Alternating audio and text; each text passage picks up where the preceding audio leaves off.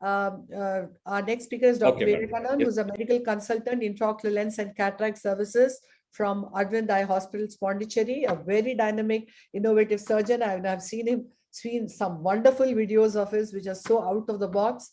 And he's going to show us his pearls. On to you, Dr. Vivekanand. Yes, madam. I'll share my screen now. Yeah.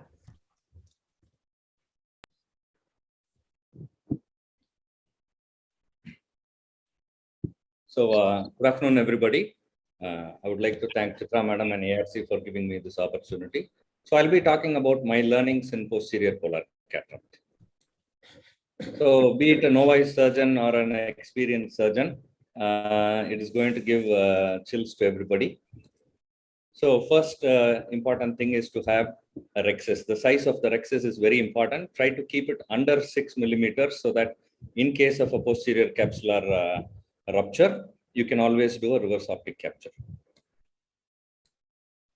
And then one other thing, what I prefer to do in cases where the posterior polar component is less than 2 millimeters or it is defined is partial hydrodissection.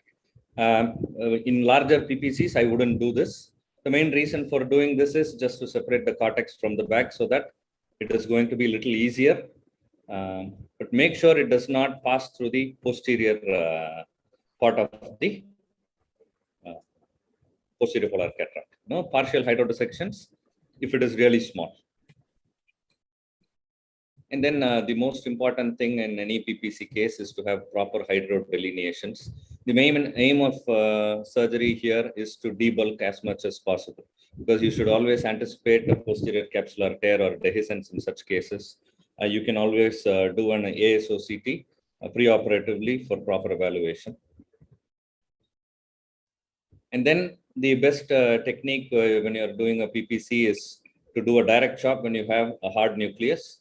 Whereas in most of the cases, you're going to have a softer endonuclei.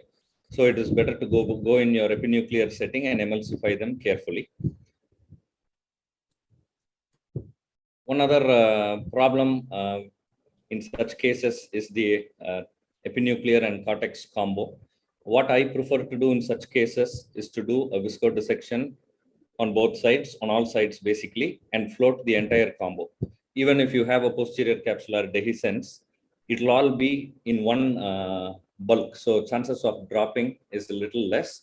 You can emulsify them in your epinuclear mode or use just irrigation aspiration to do it. This is a safer way of doing it. If instead of hydrodissection, you do a repeat viscodissection so that it comes out like an entire bolus. And one other interesting thing which I have seen is you have these fibrotic plaques in certain posterior polar cataracts. So you should be a little aware of these plaques, because surprisingly, even after placing the lens, everything, a little bit of manipulation or rigorous visco wash or pressing your IOL down can result in a spontaneous posterior capsular tear. Like in this video, I was a little bit rigorous in doing the visco wash and then ended up having the tear. Luckily, there was no viscoelastic. So before withdrawing your IA probe, try to hydrate using your left hand or being a right-handed surgeon so that you do not disturb the IOL position or disturb the vitreous. And other things that we shouldn't do is posterior polar cataracts tend to have a little bit fibrotic PC plaque. It is always safer to do a YAG capsulotomy later on. But in this particular case, aggressive polishing has led to a posterior capsular tear and vitreous disturbance. Anterior vitrectomy had to be done. And it is always better to avoid, do gentle polishing in the periphery, avoid the areas where there is a plaque. And then one other problem that every anterior segment surgeon fears is the nucleus drop. So this was a dense posterior polar cataract. So here the problem is, the nucleus, they do not rotate because you've not done a hydrodissection. So you have to gently collapse or bring out a heminuclei. But here one heminuclei was salvaged, whereas the other one dropped into the vitreous cavity. So what I generally recommend is do proper anterior vitrectomy, use dispersive and cohesive combination viscoelastic like Viscoat. Do a safe emulsification of whatever nuclear material is there.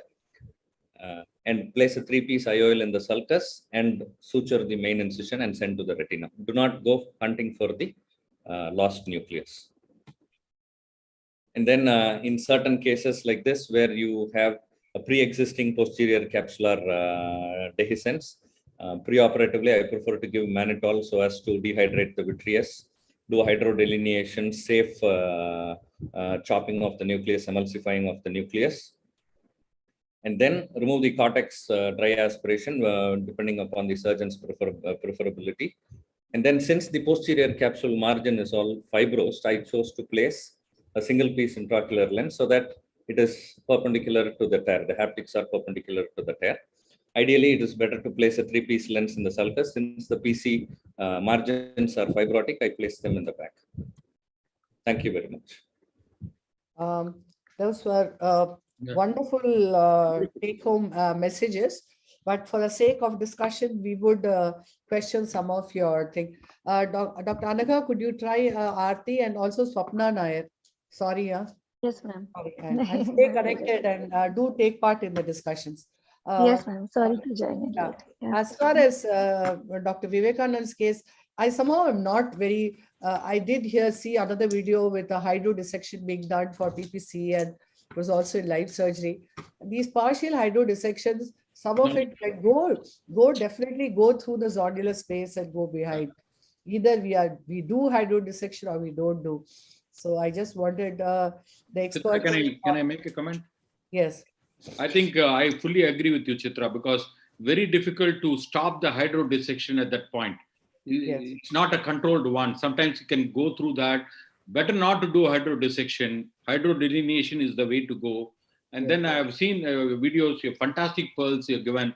But Yeah. every time you come out of the eye, please inject Viscoat or Yes. any viscoelastic for that matter. So because the very fact that the chamber shallowing and the Yes. forward movement of the PC itself can open up the PC. And putting a single piece lens when you have two big tears like pillars on the PC is not a good idea. Always put a multi-piece lens in the sulcus and capture the optic. So The other important thing is, of course, viscodissection is, I'm all for it because I believe that the bulk of the nucleus is out. So the capsular bag does not have so much of intraluminal pressure. So doing a viscodissection for the epinucleus makes sense. But this other point which he said about in a eye with a PC dehiscence to do a vitreous decompression by giving mannitol before. That is something which we've not done. If have others done, then I think that's a learning tip for us. Because I never thought of a vitreous dehydration would help. If it's an intumescent cataract, then probably it's a good idea. But not in a regular posterior polar cataract. How it's going to make a difference? Yes, Dr. Mahipal, your thoughts? Well, I think posterior polar cataract is something which one needs to be prepared, and what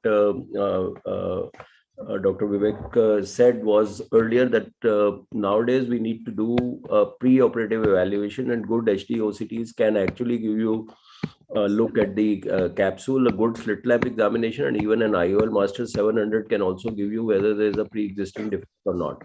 Once you have that, you need to be prepared, and I agree 100% with Mohan Rajan. I don't do any form of hydrodissection at all. Because that is something, and you can do an in situ hydrodelineation also that has been described. That means that you can start the trenching and then do an in situ. And also, I would not be doing putting the visco and removing the whole thing as a bowl, even though he has suggested that everything will come out together.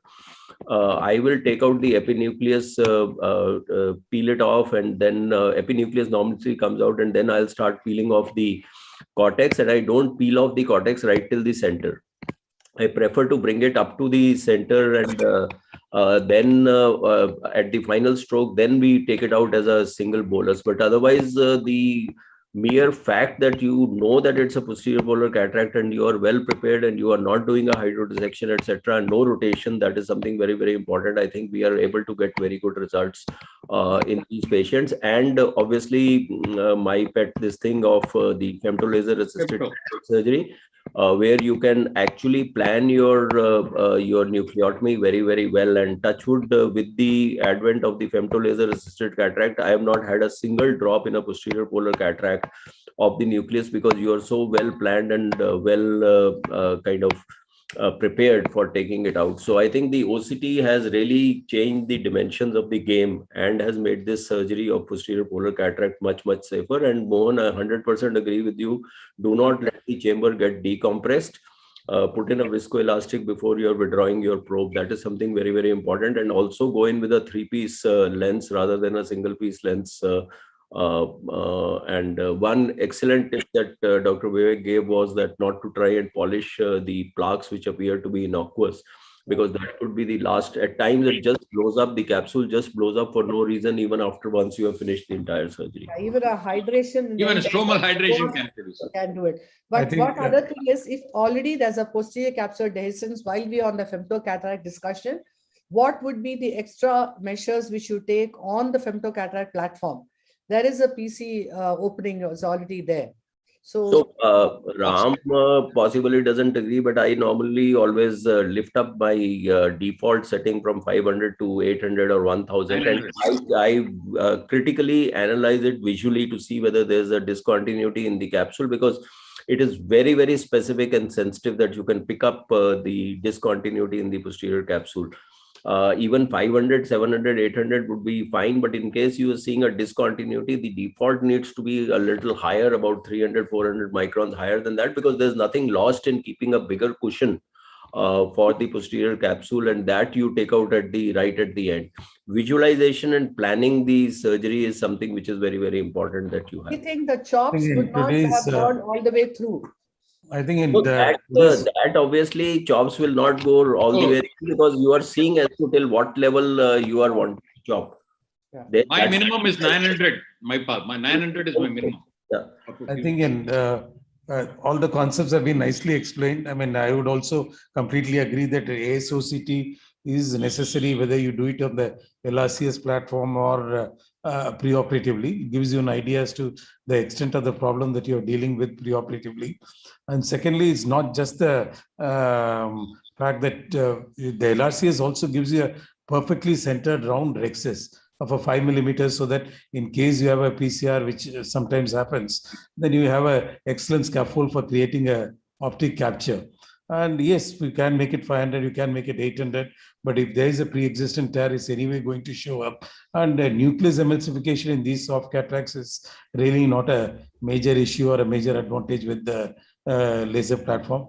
One thing I would support Vivekanand is that, I mean, I would not do a hydrodissection in the first stage, nor will I rotate the nucleus. Sometimes, but these nucleus is absolutely stuck, even though you have done a hydrodelineation. So even if you have done 3 chops and removed the inferior heminucleus, I would go ahead and do hydrodissection. The basic problem, gentle hydrodissection. The gentle problem is initially the whole bag is full of lens matter and it's easily can blow out. But once you have decompressed it, some of the matter has come out. To mobilize the nucleus, to mobilize the epinucleus, going in with a visco expression or with a hydrodissection does help you to with the further steps. No, but the thing is, You say to hydrodelineation. the pneumo dissection that you get along with in femto laser is more than sufficient for the nucleus. If you used a femto laser, yes, you know, for example, after I've removed the 3 segments inferiorly, I tend to gently, because you have to get the superior heminucleus inferiorly. Sometimes you find that that doesn't happen, it's stuck there. So once I know that much of the lens matter is out, I do not mind, as Vivek showed, to go in with a visco or with the hydro and gently do a little bit of hydrodissection so as to mobilize the rest of the lens matter. No longer the bag is under stress. The mobilization has to be of the nucleus and not of the of a dissection. See, the basic trick is that if you have a bent needle, you just turn it like this and you hold, like if this is the hemisection, you just hold it like this and you break it. So you need not actually rotate it, but you can break the inferior part of the nucleus, which you can hold by the bent tip, and then once you break it, there is enough fluid again going in, and then again you can do it. And I normally prefer to hold it and bring it out and pull it out into the central area, and it rarely fails me in that particular case. So you really don't need to do a see, the main thing in a polar cataract is to prevent the dehiscence. The dehiscence is there, as you said, it is there, but it should be brought in to play right at the extreme end of the procedure. Oh, yeah. I mean, I think, Also, Chitra, I would like to just want to say one point. Please look at the fellow eye.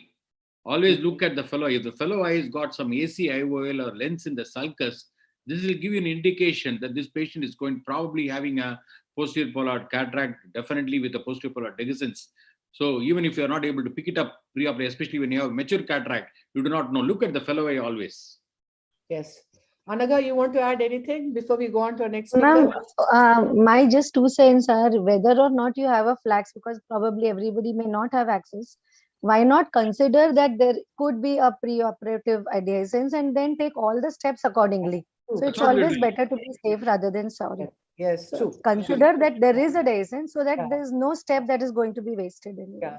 no, it doesn't differ actually. Even if you don't find a Doesn't differ. dehiscence, the PPC, you are going to handle it with all the care and Exactly the attention. same way. Yeah, exactly the same steps. So why not take Okay. all the steps Yeah. considering Vivekanand, that? all your cases were good, but not the partial hydro. And I think you should tell your friend Vishnu also not to do that.